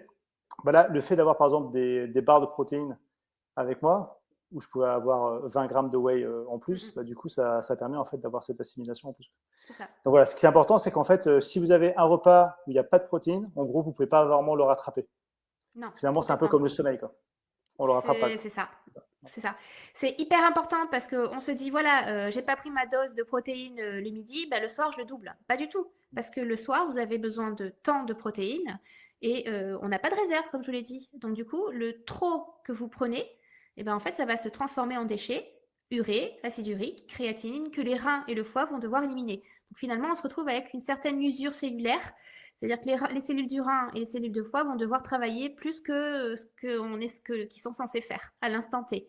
Donc c'est pour ça que c'est bien, on va dire de façon générale, encore une fois, il ne faut pas commencer à être orthorexique et à se dire oh là là, j'ai pas mangé mon steak haché le midi, je vais me décomposer. Non, on ne se décompose pas, sinon il y aurait plus d'hommes sur Terre. On s'adapte, mais on va dire que si on veut optimiser notre santé, si on veut optimiser toutes nos fonctions structurales, fonctionnelles, c'est vrai que c'est une règle qu'il faut essayer d'appliquer et j'allais dire jusqu'à la fin. Voilà. Et après, on adapte les doses en fonction de la personne. Mais c'est vraiment capital à chaque repas. Donc, en gros, on a aussi un autre calcul que je vais vous donner chez les sportifs. C'est entre 0,3 à 0,5 grammes de protéines de qualité par repas. C'est encore un autre calcul. Il y en a plein d'autres. Hein. Donc, ça veut dire que toi, par exemple, Fred, tu m'as dit que tu pèses 85 kilos. Ouais. Donc, ça veut dire que minimum par repas, il te faudrait prendre 85 fois 0,3 grammes de protéines à 0,5 fois 85 Ouais. pour avoir Mais là, du coup, tu par te bases repas. sur 3 repas, c'est ça, hein? Ouais, voilà, c'est ça. C'est ça, donc en fait, c'est C'est ça. valable pour 3 repas. Ok. Voilà, ça dépend un petit peu du nombre de repas. Ouais. Donc, ça dépend des habitudes Parce que moi, de la personne. Il en faut gros, ce s'adapter. que j'ai fait, c'est que voilà, j'ai calculé Bon, je suis peut-être pas à 2 grammes, mais je suis un peu moins, peut-être à 1,8. Mais bon, on simplifie avec 2 grammes. Tu vois, 80 kilos, 160. Et du coup, je divise par 5. Et j'en suis du coup à 32 grammes par repas, quoi, Ah, pour bon, avoir là, un on y est ordre d'idée. pratiquement. Ouais, ouais, c'est ça. Ok, C'est ça. on passe à la. Ouais, donc Règle ça, numéro 2. on en a parlé Donc, déjà. c'est ce qu'on a dit. Ouais. Voilà. C'est l'excès de protéines à un repas Ça ne aussi, remplace pas on en a parlé l'absence à en un fait, autre hein. repas. On en Donc, c'est parle ce que je aussi. viens de dire. Donc, Et en plus, on a ça, une on a perturbation de la parlé flore aussi, c'est intestinale. le schéma C'est qu'on la a vu tout à fameuse l'heure. chose capitale. Voilà. C'est-à-dire que quand vous consommez, par exemple, de la viande ou du poisson, ben, à minima, mettez-y un peu de pain. Sinon, si vous avez envie ce jour de manger une petite madeleine, ben, mangez une madeleine. Mais en tout cas, il vous faut un aliment qui vous fasse sécréter l'insuline. Voilà. Pour déverrouiller la cellule et permettre finalement à la protéine que vous consommez d'être bien assimilée au sein du corps. D'accord, donc si on résume, lorsque l'on mange des glucides en même temps que les protéines, ça permet Oui. en fait une meilleure assimilation de la protéine. C'est ça. Et C'est ça. l'idéal comme glucide, comme type de glucide, c'est l'amidon. Donc, c'est-à-dire ce qu'on a dans la patate douce, le pain, pâtes, riz, pommes de terre, et tout ce qu'on en fait aussi, des céréales, même légumineuses aussi, hein. Ok, ça marche. On va passer, ben voilà, donc là, on a fini sur les 3 pépites. Bon, ça a duré 1 heure au lieu d'une demi-heure. Je sais qu'Audrey adore parler et puis qu'elle a la Putain, pensée un petit peu en effervescence. Donc, en bon sens, ouais. mais donc du coup, voilà, on a fait des petites parenthèses en plus. Donc il y a d'autres pépites hein, dont on a parlé Mm, avec le soja et compagnie. Donc mm, là, ben, en fait, parce exact. que j'ai des questions par exemple de Kevin, ben, tu vois, qui me demandait si on pouvait faire des formations entre 2 et 6 mois, plutôt le soir, pour éviter un BTS diététique. Donc je lui ai dit plutôt oui en fait, hein. Et là, on va un petit peu parler de ta formation, donc nutrition du sportif Mhm. Perfodiète, et plus particulièrement de celle que tu appelles le blended learning. Donc je te laisse présenter un petit peu Oui. ta formation. Ah, merci Samuel au passage, hein. On pourrait continuer. Très intéressant. En général, c'est toujours ce qu'on me dit. Merci à toi en tout cas. C'est avec plaisir. Donc, formation en blended learning. Alors, c'est quoi le blended learning? C'est une forme qu'on appelle hybride. Le hybride, c'est quand on mélange une partie qu'on apprend en direct, en e-learning à distance, avec souvent, en général, c'est une plateforme LMS, une plateforme où vous connectez avec un mot de passe et vous apprenez des cours. Avec moi, il y a des vidéos. Voilà. Il y a 65 heures de vidéos. Et vous avez des quiz. Voilà, ça c'est la partie e-learning. Et en plus de ça, dans la formation blended, bah, vous avez en plus du présentiel, mais version live derrière un écran. Mais dans les faits, hein, vous avez des organismes de formation qui proposent du hybride, mais c'est moitié apprentissage derrière un écran et moitié apprentissage en cours dans une classe. Ben moi, au lieu d'être dans une classe, ben on est comme on fait là ce soir, en live, et on fait que de la pratique, des mises en situation, des exercices concrets, pour pouvoir finalement mettre en pratique la théorie apprise. Parce que là, il y a un monde. Donc, c'est-à-dire que c'est là cette plus-value, c'est ce système d'apprentissage qui donne vraiment cette valeur et qui permet vraiment à un professionnel du sport de pouvoir vraiment réellement accompagner un client. Ok, donc Donc, quelques. il y a 44 heures de cours en live et 100 heures de cours Ouais. sur Alors plateforme ça, si ça LMS. ne te dérange pas, on va le voir un petit peu après parce qu'il y a des Ah, pardon, slides qui en ouais, parlent. j'ai même pas lu. Là, le but, c'est un Oui, petit les peu de thèmes voir un petit peu abordés. les thèmes abordés. Les thèmes abordés, ben, dans la formation, déjà, on aborde l'alimentation de monsieur, madame, tout le monde. On est obligé, voilà, de la personne lambda qui n'est pas sportive. Et après, moitié formation, ben, on aborde la nutrition spécifique du sportif avec toutes les thématiques qu'un professionnel du sport rencontre, hein, à savoir perte de poids, à savoir prise de masse musculaire, à savoir aussi sport d'endurance et notamment préparation et alimentation de compétition. Et aussi tous les compléments alimentaires qui sont dédiés à ces 3 thématiques, perte de poids, prise de masse musculaire et aussi sport d'endurance. Tout sport d'endurance confondu, hein, que ce soit trail, nage. Et après, ben, voilà, c'est un petit peu tout ce que vous voyez à l'écran. Ok, ça marche.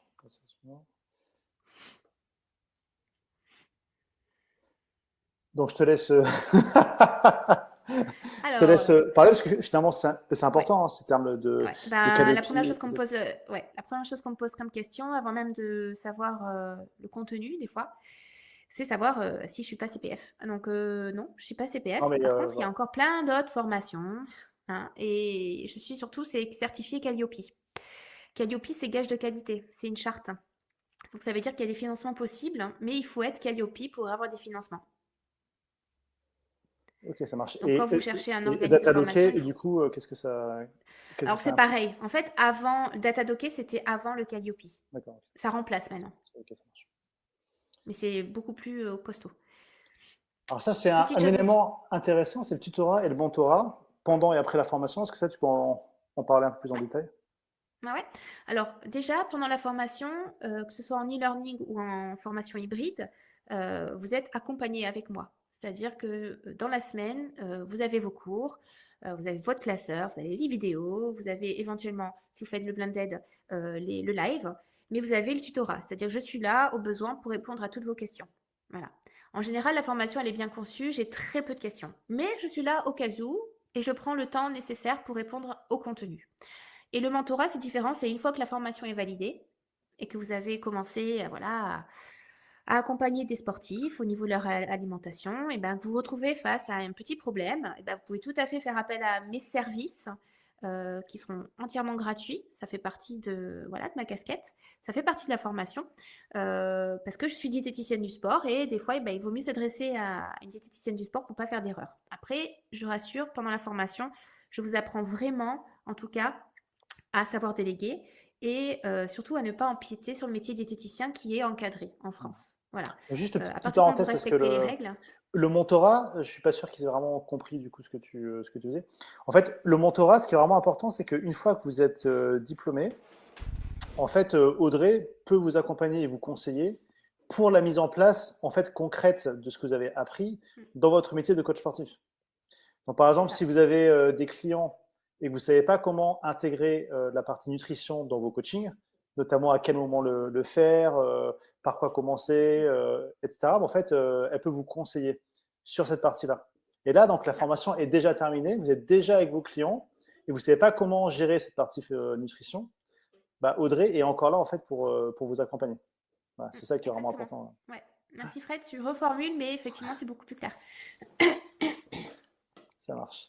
Donc là, on a un petit peu une petite comparaison entre le blended learning, donc la partie e-learning plus live, et le e-learning en termes voilà, sur tout un tas d'aspects. E-learning, en fait, c'est le même contenu, sauf qu'il n'y a pas les classes virtuelles. C'est tout. Mais le contenu est strictement le même. La différence, c'est que le e-learning, vous pouvez débuter à tout moment de l'année. Il n'y a pas besoin d'attendre une session. Là, par exemple, la prochaine session, c'est au mois de mars. Mais pour des gens qui sont super impatients, bah, il y a le e-learning. En termes de durée, on est sur 100 heures. Il y a dans ces 100 heures, 65 heures de vidéo, comme je vous l'ai dit. Il y a 35 heures de travaux à faire à la maison. Parce qu'il y a Ouais. des exercices concrets à faire. Au niveau de la durée, on est entre 3 à 6 mois pour la forme e-learning. 3 mois, c'est vraiment pour des gens qui sont déjà baignés dans la nutrition. Voilà. Ou sinon, qui n'ont pas d'activité professionnelle et qui font que ça. Qui se disent, voilà, j'ai 3 mois, je me plonge dans les bouquins. Mais personnellement, il y a beaucoup de contenu, il y a beaucoup d'informations. Donc 6 mois, c'est quand même beaucoup, mais c'est suffisant pour pas être en surmenage, au niveau de l'apprentissage. Le prix 1490, donc comme on l'a fait Frédéric, si vous le faites au nombre d'heures, donc vous faites 1490 divisé par 100, ben vous avez 14,90 € d'heure, ce qui est vraiment faible par rapport à d'autres concurrents. Donc ça, c'est hyper important quand vous faites des comparatifs, c'est vraiment de regarder le nombre d'heures. Vraiment, vraiment capital. Et pour la forme live, comme j'étais en train de vous expliquer, qui est vraiment top parce qu'on est vraiment immergé dans le domaine de la nutrition, on est sur 144 heures, donc c'est-à-dire pareil, hein, on est sur 65 heures de vidéo, 35 heures de travaux à faire à la maison et 44 heures de live en direct. Les lundis matins, c'est en général de 9h à midi, de 9h à 13h, autant pour moi. Et là, la durée, c'est de 4 à 9 mois. C'est un peu plus long. Et le début de la formation, bah, ça dépend des sessions. Donc là, la prochaine, comme je vous l'ai expliqué, bah, c'est le 1er mars. Et en général, il y a 3 voire 4 sessions par an. Le prix, il est de 1790, donc au taux horaire. On est à moins finalement que l'e-learning, on est à 12,43 €. Et vous pouvez bien entendu payer en plusieurs fois. Et dans les deux formes d'apprentissage, il y a des financements possibles. Ouais, ça, on verra un petit peu plus en détail. Mais justement, Voilà. au niveau des financements, là, on a un petit peu un point sur les financements possibles. Donc juste OPCO, en fait, si vous êtes coach sportif diplômé, vous êtes automatiquement en fait vous cotisez automatiquement en fait un organisme OPCO. En général, c'est le FIFPL. L'AGFIS, c'est quasiment plus le cas pour les coachs sportifs. Et donc voilà, c'est ça en fait l'OPCO. Et donc tous les ans, en fait, vous avez votre porte-monnaie qui est remis à zéro en fait. Ouais. Et si vous l'utilisez pas, vous pouvez pas cumuler. C'est ça. Donc c'est perdu. En général, c'est 700 euros. L'année dernière, c'était 700 et quelques euros. Pour le FIFPL. Hein. Et pour Ouais, l'AGFIS, c'est ouais, beaucoup plus, mais bon, après, ouais. Après, il y a l'AFDAS, hein. Là, c'est pour le côté des salariés ouais. dans le domaine du sport. Ok, donc il y a Pôle emploi pour ceux qui sont en recherche d'emploi et les aides régionales. Mm. Et donc, il n'y a pas le CPF. Non. Ok, mais tant que tu disais, le CPF, finalement, il n'y a aucune formation en nutrition. Oui, alors faites vraiment, vraiment attention parce que j'ai voulu déposer la formation au CPF, ça a été refusé. C'est pas dit que ça le soit hein, pour les diététiciens, malheureusement. Mais voilà, faites vraiment attention par rapport à ce que vous voyez sur Internet, sur les réseaux sociaux. Parce que quand vous voyez un organisme de formation qui vous dit être CPF en nutrition, nutrition du sportif, il faut vraiment voir si à l'issue de la formation, vous avez un titre qui est reconnu auprès de France Compétences. Donc il faut aller sur France Compétences, vous tapez l'intitulé exact de ce qu'on vous délivre et vous voyez si ça existe. Parce qu'en fait, il y a eu tellement d'arnaques qu'en fait, il y a beaucoup d'organismes de formation qui ont utilisé un autre code. Et en fait, vous n'allez pas avoir un titre dans le domaine de la nutrition du sportif. Vous allez avoir un titre dans le management, vous allez avoir un titre dans la couture, vous allez avoir un titre peut-être dans la création d'entreprise, mais pas dans la nutrition. Alors, certes, il y a un financement, mais si vous recherchez vraiment un titre, il n'y en a pas. Et il n'y en a pas en nutrition du sportif. Voilà, c'est tout. Il n'y en a pas. Ok. Donc en fait, si les organismes jouent les règles du jeu de manière honnête, en fait, il n'y a pas de financement possible en CPF pour une formation. Voilà, il n'y a pas de formation à ce jour en France CPF dans le domaine de la nutrition du sportif, qui délivre un titre reconnu par France Compétences, qui chapeaute tous les titres français. Ok, donc voilà, c'est quand même important ça. Voilà. Donc après, bon là, tu en as déjà parlé, mais voilà, c'est un peu le programme donc commun, 65 heures de vidéos en e-learning, 35 heures de travaux à la maison, 50 quiz, et un super gros classeur de... Maintenant, il fait quasiment 400 pages, tu disais, c'est ça hein. Enfin bon, bref, à chaque fois, il grossit. Quoi. Mais bon, bref, vous avez une sorte de gros bouquin là, avec vous. Il est là. Voilà, il n'y a pas besoin de l'imprimer, tu vois, c'est effectivement. Voilà, tu vois, ça changeait de ce que tu avais fait à l'époque, regarde. Ouais, c'est un bon pavé quand même. Donc, tu vois, donc c'est tout moi qui l'ai rédigé. Donc au moins, vous allez économiser en frais d'impression, c'est cool. Ouais, ouais, ouais. Et ok, donc après le blind learning, donc c'est 11 matinées de 4 heures. Donc là, par exemple, ceux qui font les 11 matinées de 4 heures et qui commencent le 1er mars, c'est quoi les matinées? C'est entre mars et mai, c'est ça? Alors oui. Alors en fait, c'est ça. C'est vrai que c'est hyper important. Et ça, j'ai oublié de vous le dire. C'est l'entrée en formation officielle, c'est le 1er mars. C'est-à-dire que, admettons, toi, Fred, tu t'inscris. 1er mars, tu vas avoir accès à la plateforme. Avec, au préalable, je t'aurais déjà envoyé au préalable les classeurs. Le classeur. Et c'est qu'à partir du 19 mars que tu vas pouvoir commencer les visioconférences. Pourquoi le 19 mars? Pourquoi après? Parce qu'en fait, on est dans une forme de pédagogie dite inversée. C'est-à-dire qu'il faudra que tu commences à apprendre les premiers modules pour, on va dire, mettre en application la théorie le 19 mars. On est sur la pédagogie inversée. C'est-à-dire qu'on apprend la théorie avant et ensuite on met en application lors des classes virtuelles. Donc c'est pour ça qu'il y a toujours un décalage entre l'entrée en formation et la première classe virtuelle.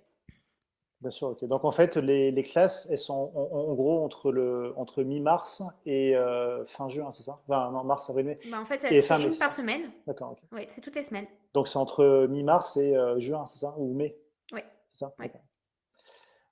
Ok, ça marche. Et après, bon, bah, les avis. Ça, en fait, j'ai demandé parce que j'ai des personnes qui ont suivi la prépa BPGEPS online et qui ont suivi la formation d'Audrey. Et puis voilà, les retours qu'on avait eus, que c'était au top, Sur pas de Google, chercheurs ouais. d'informations, que c'était bien ciblé, vraiment content de la formation.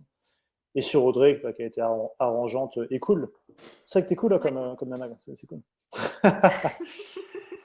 Et alors là, justement, je fais un petit peu un point par rapport à Samuel, qui me disait qu'il allait sûrement finir son CQP IF fin juillet avant de se mettre à la formation, effectivement.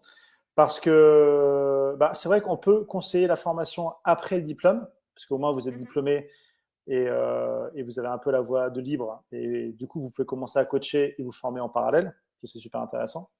Mais également avant le diplôme, et nous, ça a été le cas justement pour ceux qui ont suivi la prépa, c'est-à-dire que là, on est genre maintenant, ils se préparent au concours d'entrée, ils ont quand même le temps. Bon, s'ils n'ont pas une activité à plein temps à côté, ils ont un peu le temps, ils savent qu'ils vont commencer les cours en septembre, mais ils se disent, si je commence ma formation là le 1er mars, en fait, je l'aurai terminé avant la rentrée du C'est ça. BPGEPS et du CQP. Et du coup, quand j'aurai terminé mon BPGEPS et mon CQP, j'aurai à la fois la casquette de coach sportif et celle de conseiller en nutrition. Et du coup, je peux enchaîner avec mes clients en ayant C'est ces ça. doubles casquettes-là. C'est ça. Donc, Et surtout, c'est que c'est pour ça que moi, quand je l'ai créé, mais je trouvais ça mais tellement indispensable, la nutrition et le sport. Je comprends pas d'ailleurs pourquoi il n'y a pas ça dans les référentiels. Voilà, mais c'est la France. Mais en tout cas, c'est indispensable. oui, oui. Bah après, Indispensable. c'est pareil, il n'y a pas la nutrition, puis il n'y a pas tout ce qui est management, gestion et tout, de Ouais. création d'entreprise. Donc. Complètement. Et donc, bah, comment se renseigner? Bah, là, voilà, il y a le numéro, donc n'en abusez pas du numéro de téléphone d'Audrey. Il y a son email et il y a la page pour se renseigner sur sa formation. Je vais peut-être la mettre aussi en commentaire, mais de toute façon, vous l'aurez dès qu'on termine le webinaire, vous l'aurez, donc il n'y a pas de. Vous n'êtes pas obligé de la noter ici, mais je vous la mets quand même en commentaire ici. Et du coup, on va pouvoir commencer les questions-réponses. Alors moi, j'avais une question de Céline là, qui disait, est-ce qu'il serait possible d'avoir un lien pour voir une vidéo pour se donner une idée de ce que donne un cours en e-learning? Alors, en toute honnêteté, un lien, non, parce qu'en fait, pour vous expliquer, la plateforme c'est tout est emboîté. On n'a pas un cours qu'on peut, c'est pas possible, quoi. C'est pas possible au niveau pratico-pratique, hein. C'est pas que je ne veux pas, mais c'est pas Oui, possible. bien sûr. Et après, est-ce que du coup, il n'y a, je sais pas, une vidéo YouTube ou peut-être Alors, il y a via tes podcasts, peut-être pour que je te donner une les idée, je sais podcasts, pas. ouais, ça donne une bonne idée au niveau pédagogique, au niveau contenu. Et sur la page YouTube, et ben effectivement, j'ai les podcasts aussi que j'ai mis et que j'ai aussi sur Spotify, sur D'accord, ok. Apple Podcast. Donc, je mets donc taper Hyperfodiette sur YouTube ou sur votre Ouais, appli de podcast. Et là, déjà, tu auras une idée un petit peu de comment Audrey s'y exactement. prend. Voilà. C'est Mais pareil, hein. C'est pareil, sauf qu'il n'y a pas de slide. Mais comme je vous ai parlé ce soir, bah, c'est exactement pareil au niveau des classes, au niveau des vidéos. Après, vous avez un PowerPoint. C'est bien, en général, c'est bien conçu. ok. Apparemment, Céline est satisfaite de notre réponse. Je regarde juste après. Il me semble qu'on a répondu aux autres questions. Il me semble aussi. Ok. Ok. Et est-ce que du coup, vous avez d'autres questions maintenant? C'est parti là. Vous pouvez nous poser vos questions à la fois sur le contenu là, des astuces qu'on a vues, à la fois sur la formation, mais également sur des thèmes liés à l'alimentation, mais qu'on n'a pas vus. Si vous avez des questions dessus, Audrey pourra y répondre, peut-être moi aussi d'un point de vue pratique de coach sportif. Mais, ouais. Bon, déjà, en commentaire, est-ce que vous pouvez mettre déjà si vous avez appris des choses vraiment intéressantes aujourd'hui ou pas? Est-ce que vous avez eu Bon, après, il faut être sincère, des hein. pépites ou pas? Est-ce que vous C'est connaissiez toujours tout ou pas? important. C'est super important, en fait, en tant qu'organisme de formation, d'avoir les réels retours. C'est vrai, pour une amélioration continue. Ouais. Ok, bah, n'hésitez pas Mm, mm. à marquer dans les commentaires si. Ok. Donc, Céline, oui, cela m'a changé mes croyances. À quel niveau, Céline? Ouais, intéressant à quel niveau. Et Kevin, mais ça donne envie d'apprendre cette formation. Ouais, non, mais En plus, Kevin, c'est ce qu'il a fait. Il a déjà fait une formation, hein. d'accord, Maxime, extrêmement intéressant. Bah, merci, ça fait plaisir d'avoir Merci, Maxime. ces retours. Donc, oui, effectivement, ce serait intéressant, Céline, de savoir quelles croyances ça a modifié là. Sabrina, j'ai appris beaucoup même en ayant lu le livre La nutrition du sportif. Nutrition sportif, ouais. Ah ouais. Je ne mangerai pas que de la salade et des légumes avec les protéines. Ah Ouais, oui, souvent, d'accord, hein, par les rapport à femmes ont ça. fait ça, hein.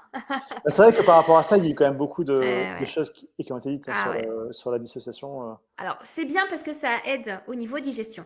Alors Ouais, ça, le exactement. seul avantage qu'on en retire, c'est l'effet qu'on a un confort digestif.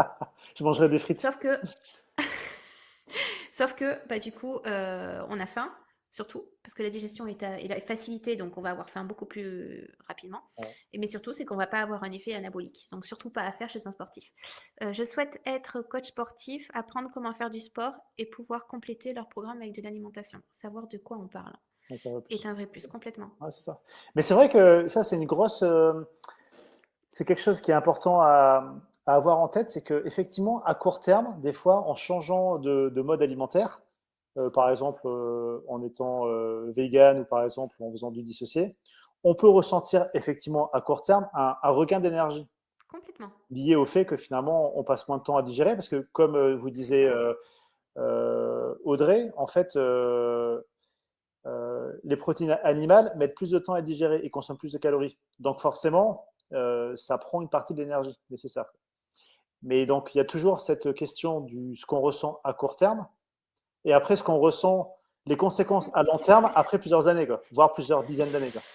Et c'est ça le problème, c'est qu'en fait, il y a eu d'ailleurs The Game Changer hein, sur Netflix qui a fait couler beaucoup d'encre. Le problème, c'est qu'il se base surtout sur du court terme. Il ne regarde pas en fait l'effet de l'alimentation végétalienne sur le long terme. Voilà. Donc là, en fait, c'est pas très scientifique. Hein, c'est pas une vision scientifique des choses. Sur le long terme, on a beaucoup de problèmes. Après, comme je dis, il y a des cas exceptionnels. C'est rare. C'est pas ce qui est représentatif des gens que je rencontre. Mais en tout cas, c'est exceptionnel. Il y a des gens, peut-être 3% de la population, qui vont vraiment bénéficier de l'alimentation végétalienne en faisant du sport à haut niveau, sans avoir de contre-performance, sans avoir de blessures, d'épuisement, sans avoir de problèmes d'immunité, pas de problème de catabolisme, mais c'est rarissime. Hein. Le problème, c'est que les gens vont peut-être faire des livres sur ces 3% de la population et vont négliger les 97%. Alors qu'en fait, la réalité, c'est que les gens, la majorité, c'est 97%. Donc il faut pas oublier ça. Il y a toujours des cas exceptionnels. Mais dans les faits, le végétalisme, quand on est un sportif haut niveau, on en paye. On paye. Voilà. Au bout de quelques années, pas au début, comme tu l'as dit, Frédéric. Mm. Au début, tout va très bien. Au contraire, c'est confort digestif. On a des super performances sportives, mais ça dure qu'un temps. Alors, j'aime bien Kevin, mais êtes-vous sérieux, vous, dans votre alimentation? Ouais, ouais, ouais. Moi, je suis tellement convaincue que, en fait, Ouais, ce que je conseille, je l'applique depuis mes 17 ans. Quoique ça. non. J'étais végétarienne pendant 5 ans. J'ai fait du dissocié pendant très longtemps parce que mon papa, qui a 75 ans, en fait, il était sapeur-pompier. Et en fait, quand il avait 18 ans, c'est ce qu'on lui a appris. On lui a appris qu'il fallait faire du dissocié pour avoir un confort digestif. Donc, dès que j'étais en surpoids quand j'étais un peu plus jeune, il m'a dit, Audrey, voilà, pour plus que tu aies de problème de poids, tout ça, eh ben, il faut faire du dissocié. Et j'ai pris cette habitude. Et après, ben, c'est quand j'ai rencontré Monsieur Robert Masson que j'ai fait des études. J'avais 24 ans, 20, ouais, j'ai commencé à aborder cet aspect des choses, des protéines, hein, et de ne pas faire du dissocié. J'avais entre 23 et 24 ans. Voilà. Donc, mais avant ça, je faisais du dissocié. Mm. Donc, c'est sûr que on Donc, voit la voilà. En différence. fait, ce qui est Mais intéressant sinon, aussi avec Audrey, c'est son histoire par rapport à l'alimentation, parce qu'effectivement, elle était en surpoids jeune, et après, tu as testé vraiment, bah, voilà, tout, plein de choses. d'avoir une alimentation végétarienne. Tu as testé genre pendant 4-5 ans, Mm. donc tu sais de quoi tu parles. Tu as testé le régime dissocié aussi. Ouais. Et du coup, c'est intéressant parce que on n'est pas que dans la théorie, tu as testé sur toi Mm. également. Quoi. Ouais. Et après, ben, par les études, j'ai vu tellement de courants différents dans les médecines naturelles, avec le crudivorisme, manger tout cru, à enseigner sur des bottes de paille, version. J'ai vu, mais tout plein de choses. Mm. Et du coup, bah, c'est vrai, j'ai réussi à faire une synthèse en retirant ce qu'il y avait d'intéressant et en ayant une approche scientifique de par un cursus officiel de diététique. Cousmine, bien entendu, la crème Bucini. Alors, crème Budwig, oui, mais crème Bucini, alors jamais. Ah, oui, Budwig. Oui, ok. Crème Budwig, bien sûr, j'ai été élevée à la crème Budwig. Mon papa m'a élevée à la crème Budwig. Alors, est-ce Donc, que je tu peux connais très expliquer bien. ce que c'est? Parce que moi, tu me parles chinois là. Alors, crème Budwig, c'est Doctoresse Cousmine, hein, qui est suisse. Et en fait, c'est l'une des précurseurs. On dit une précurseur ou un précurseur. Elle a Ouais, été précurseur. on va Ouais, dire, bon, on s'est compris. elle était précurseur. Précurseur de la nutrition, de l'importance de la nutrition pour la santé. Donc, elle a écrit des super livres que je dois avoir derrière moi. Et elle a créé en fait un petit déjeuner complet qui contient vraiment ce qu'il faut en termes de macronutriments, de micronutriments. Donc, c'est quoi? Ben, en général, c'est le petit suisse avec la banane, avec de l'huile. À l'époque, c'était l'huile de, je sais plus, pépins de raisin, ou maintenant, ça a été changé. Euh, En tout cas, voilà, avec des céréales moulues, céréales crues. Alors, c'est pour ça que je ne suis pas trop d'accord, parce qu'on n'est pas conçu pour manger cru. Donc, c'est des céréales crues moulues. Et on a, voilà, c'est malin. Ok. Lin. Graines de lin. Mais donc, Ouais, en de l'huile gros, de lin. la crème Bucini, enfin, non, la crème Crème Budwig, Ludwig. c'est un petit déjeuner idéal, c'est Ouais. ça? D'accord, parce qu'il faut comprendre Alors, hein, que la crème, moi, je pensais à une crème à s'appliquer sur la peau, quoi, tu vois. oui, oui, non, non. Non, non, c'est un genre de bol, Idéal, quoi. de Ok, bol, ça marche. Energy Ball, ou je sais plus comment on appelle, ouais. D'accord, ok. Donc Samuel dit qu'effectivement, Bleu de lin. il est passé du petit déjeuner sucré français un peu traditionnel à un petit déjeuner qui inclut de la protéine, et que du coup ça a changé son réveil, qu'il a moins de brouillard et qu'il a moins de fringales dans la journée, effectivement. Bah oui, c'est les protéines en fait qui rassasient. Ouais, Et on a un effet aussi, j'ai oublié de le dire, les protéines ont un effet sur la dopamine. Et c'est pour ça que c'est intéressant de prendre un petit déjeuner à base de protéines animales parce qu'on va activer les hormones dopamine. Et la dopamine, c'est l'hormone de la prise de décision. Ça dope. Donc, quand on prend un petit déjeuner avec des protéines, mais pas que, eh ben, effectivement, on a les idées claires pour débuter la journée. ok. En tout cas, c'est Ok, bon, bah, c'est super. intéressant. Bon, là, on en est à 1 heure et demie là, de webinaire. Waouh! Bon, bah, après, c'était intéressant et tout. Donc, est-ce Ouais. que vous avez d'autres questions? On vous laisse juste poser vos questions et si vous n'en avez pas, on clôturera ce Mm. webinaire. Bon, en tout cas, je suis content parce que les gens sont restés jusqu'au bout et les Ouais. questions étaient Ouais, c'est intéressantes. clair. Il y a eu C'est clair. de bons retours. Ouais, parce que honnêtement, quand on a préparé en fait ce webinaire, enfin moi du coup j'ai vraiment appris des trucs aussi, ou au moins des choses que je me rappelais plus trop, et c'est passionnant en fait de revenir un Ouais. petit peu Ah sur ben, certaines.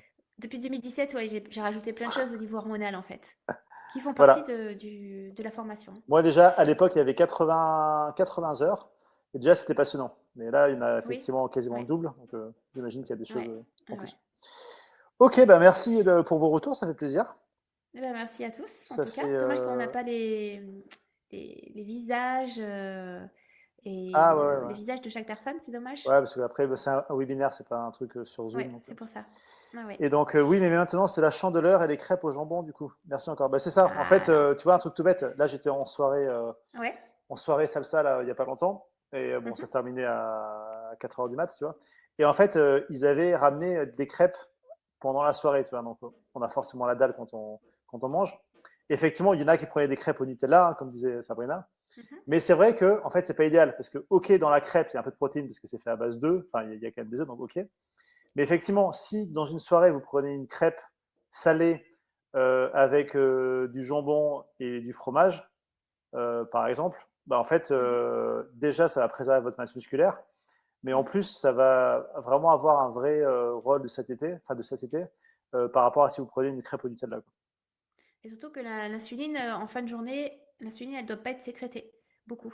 Surtout si on n'est pas un grand sportif et qu'on ne s'entraîne pas en fin de journée. Ouais, Donc, du coup, bah, c'est mieux de se tourner vers une crêpe salée. c'est ça. Après, le fromage, ça dépend de la quantité, ça dépend de la personne, ça dépend de ses dépenses totales dans la journée. C'est là où on fait plus d'adaptation. Mm.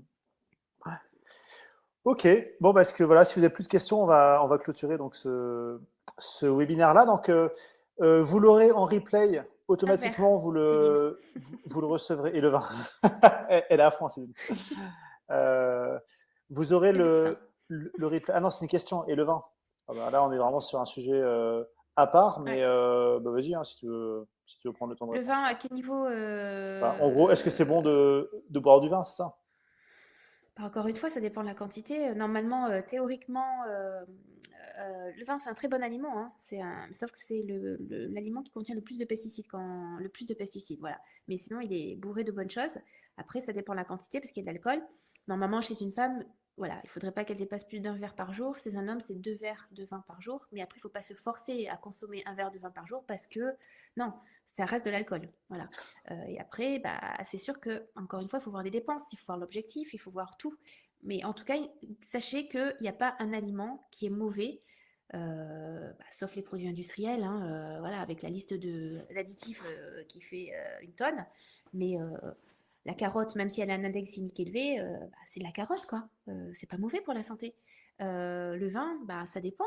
Moi, souvent, je propose des fois, dernièrement, à une patiente, un verre de vin avec une petite assiette de charcuterie, du pain et une petite salade verte. Vous avez un équilibre alimentaire.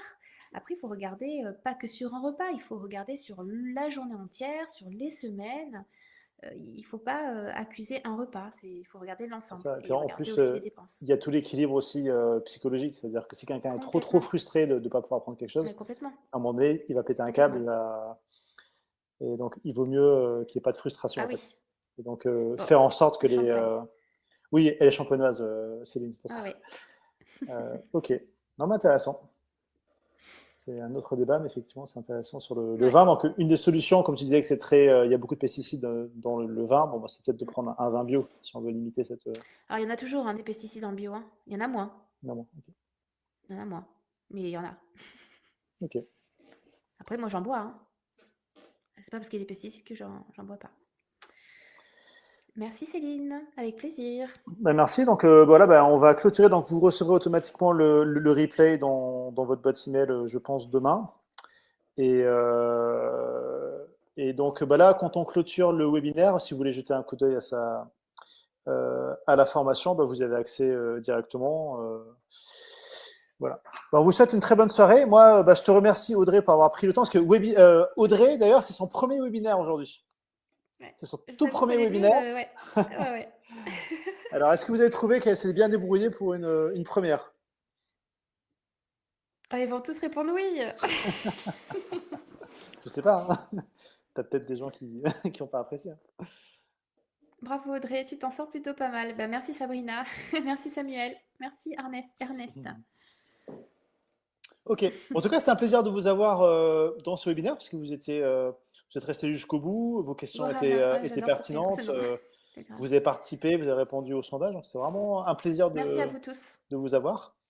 Et puis, bon, on vous dit à une prochaine parce que c'est peut-être pas le Ouais, dernier webinaire qu'on fait. Hein. ouais, j'espère. Et Mm.